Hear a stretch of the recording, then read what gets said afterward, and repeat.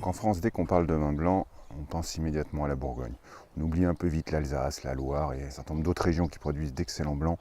Mais c'est vrai que généralement, la première région qui vient à l'esprit, c'est la Bourgogne et c'est Chardonnay. Donc effectivement, aujourd'hui, on goûte un Chardonnay de Bourgogne, mais pas forcément les appellations les plus médiatiques. Effectivement, c'est pas un Chablis, c'est pas un Meursault, c'est pas un Chassagne ou un Pouilly-Montrachet. C'est un vin du Mâconnais.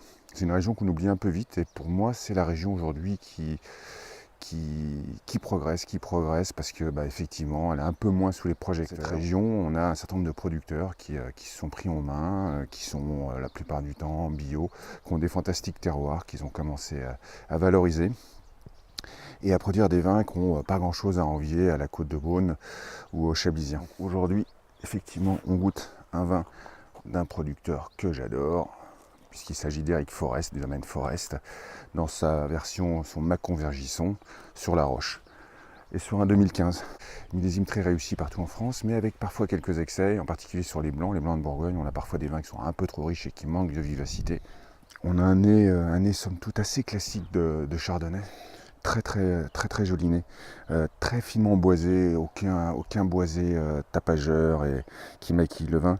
On a des notes un peu épicées, des notes d'amande qu'on trouve généralement plutôt sur les vins de la Côte de Beaune, de fruits blancs.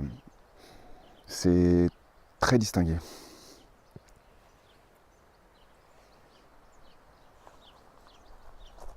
Superbe tension. On a un équilibre de grand chardonnay. On sent la maturité du millésime, mais c'est pas envahissant. Ça reste aussi très salin, très vif en finale, avec beaucoup de volume. Le domaine Forest, c'est un tout petit domaine, c'est 5 hectares. C'est Eric Forest qui apprend le vin chez Jean-Marie Guffens, qui lui-même avait appris chez le grand-père d'Eric Forest, donc la boucle est bouclée. Je trouve que les vins de Forest ont atteint un équilibre et une perfection de la définition du terroir de Vergisson qui est assez rare. On parle là d'un simple Mâcon, on n'est même pas sur ces grandes cuvées de Pouilly, mais on a vraiment un grand vin.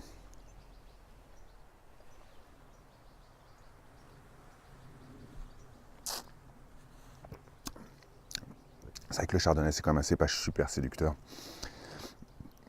Je comprends que ça soit le cépage universel. Il n'y a vraiment rien à redire à ce type de vin. C'est vraiment fait pour plaire.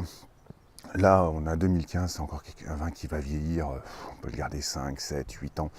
Il va gagner en complexité. Là, déjà, depuis 6 mois, on voit qu'il a gagné en complexité aromatique. Il est beaucoup plus intense. C'est un vin qui va se développer superbement. Mâcon Vergisson, Eric Forest, sur la Roche, 2015. Enjoy!